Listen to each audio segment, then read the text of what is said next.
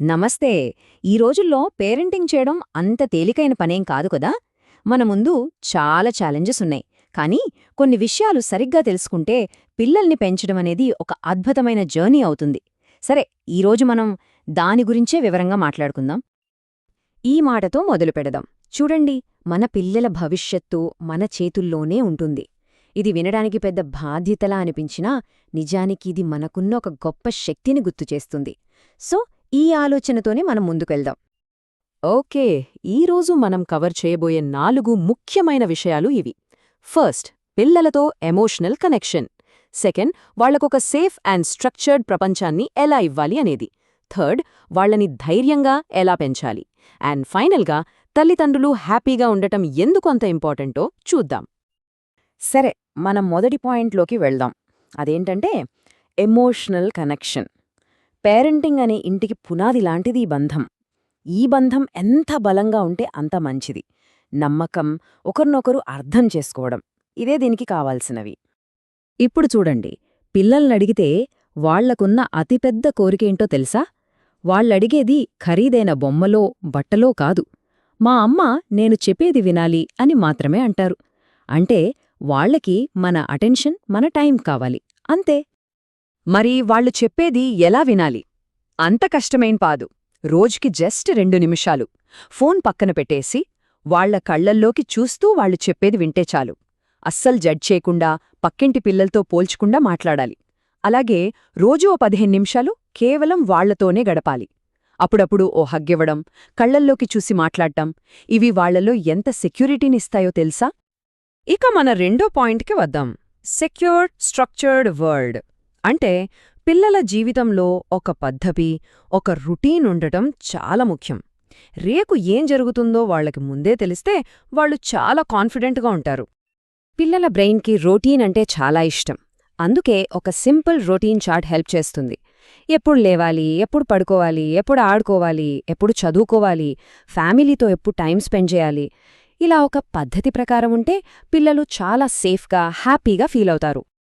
ఇక మనందరికీ ఉన్న పెద్ద తలనొప్పి స్క్రీన్ టైం కదా. ఎక్స్పర్ట్స్ ఏం చెప్తున్నారంటే 2 నుంచి 5 ఏళ్ల పిల్లలకి రోజుకి గంటకు మించి వద్దు. అలాగే 6 నుంచి 12 ఏళ్ల వాళ్లకి 1.5 గంటల కంటే ఎక్కువ అస్సలు వద్దు. ఇక్కడ మనం గుర్తుంచుకోవాల్సిన ఒక ట్రిక్ ఏంటంటే, ఫోన్ ఇవ్వొద్దు, టీవీ పెట్టొద్దు అని చెప్పే ముందు వాళ్లకి వేరే ఆప్షన్స్ ఇవ్వాలి. ముందు కలరింగ్ బుక్స్ ఇవ్వడమో, బయటికి తీసుకెళ్లి ఆడించడమో, కథల పుస్తకం చదవడమో చెయ్యాలి. అప్పుడు స్క్రీన్ టైం తగ్గించడం ఈజీ అవుతుంది. ముఖ్యంగా తినేటప్పుడు, పడుకునే ముందు స్క్రీన్స్కి నో చెప్పడం చాలా చాలా అవసరం. ఓకే, మన మూడో పాయింట్కొచ్చేశాం. మన పిల్లల్ని రెసిలియంట్గా, అంటే మానసికంగా దృఢంగా పెంచడం. జీవితంలో ఏ కష్టమొచ్చినా తట్టుకొని నిలబడే స్కిల్స్ని వాళ్లకి నేర్పించాలి. ఇది మనం వాళ్లకిచ్చే అతి పెద్ద గిఫ్ట్. మనం ఎప్పుడూ మార్కులు, ర్యాంకుల గురించే ఆలోచిస్తాం. కానీ వాటికంటే ముఖ్యమైంది ఒకటి ఉంది. అదే ఎమోషనల్ ఇంటెలిజెన్స్, లేదా ఈక్యూ. అంటే మన ఫీలింగ్స్ని మనం అర్థం చేసుకోవడం, కోపాన్ని కంట్రోల్ చేసుకోవడం, ఎదుటివాళ్ల బాధను గుర్తించడం, ఇవన్నీ నేర్చుకుంటే జీవితంలో ఎక్కడైనా సక్సెస్ అవ్వగలరు. డిసిప్లిన్ అనగానే మనకేం గుర్తొస్తుంది? అరవటం, కోపడటం, శిక్షించడం. కానీ నిజానికి డిసిప్లిన్ అంటే అది కాదు. డిసిప్లిన్ అంటే కొన్ని బౌండరీలు పెట్టడం, రూల్స్ క్లియర్గా చెప్పడం, వాళ్ళు చేసే పనులకు ఎలాంటి పరిణామాలుంటాయో నేర్పించడం. ఒక మంచి ఉదాహరణ చూడండి. పిల్లలు ఆడుకున్న బొమ్మలు సర్దలేదనుకోండి, మనం అరిచే బదులు సింపుల్గా, చూడు ఈ బొమ్మలు ఇలానే ఉంటే నెక్స్ట్ టైం మనం వీటితో ఆడుకోలేం అని ప్రశాంతంగా చెప్పాలి. అరవడం కన్నా ఇది చాలా ఎఫెక్టివ్గా పనిచేస్తుంది. వాళ్లకి వాళ్ల పనులకి బాధ్యత వహించడం నేర్పుతుంది. ఇక అన్నిటికన్నా ముఖ్యమైన చివరి పాయింట్, హ్యాపీ పేరెంట్ ప్రిన్సిపల్. అంటే తల్లిదండ్రులు, ముఖ్యంగా తల్లి, సంతోషంగా ఉండటం. ఇది సెల్ఫిష్నెస్ అస్సలు కాదు. ఫ్యామిలీ అనే బండికి తల్లి ఇంజిన్ లాంటిది. ఇంజిన్ సరిగా ఉంటేనే బండి ముందుకు వెళ్తుంది. ఇది ఒక సింపుల్ ఈక్వేషన్ అండి, గుర్తుపెట్టుకోండి. సంతోషంగా ఉన్న తల్లి, సంతోషంగా ఉన్న బిడ్డ. మనం ఎంత ప్రశాంతంగా, హ్యాపీగా ఉంటే ఆ వైబ్స్ పిల్లల మీద అంత పాజిటివ్గా పడతాయి. మన మెంటల్ హెల్త్ వాళ్ల మెంటల్ హెల్త్కి డైరెక్ట్గా కనెక్ట్ అయి ఉంటుంది. అందుకే సెల్ఫ్ కేర్ అనేది ఆప్షన్ కాదు, అవసరం. రోజుకి ఒక 10 నిమిషాలు మెడిటేషన్, ఓ 20 నిమిషాలు వాకింగ్, సరిగ్గా నిద్రపోవటం, టైంకి తినడం, and most importantly guilt feel అవ్వకుండా మనకంటూ ఒక బ్రేక్ తీసుకోవడం.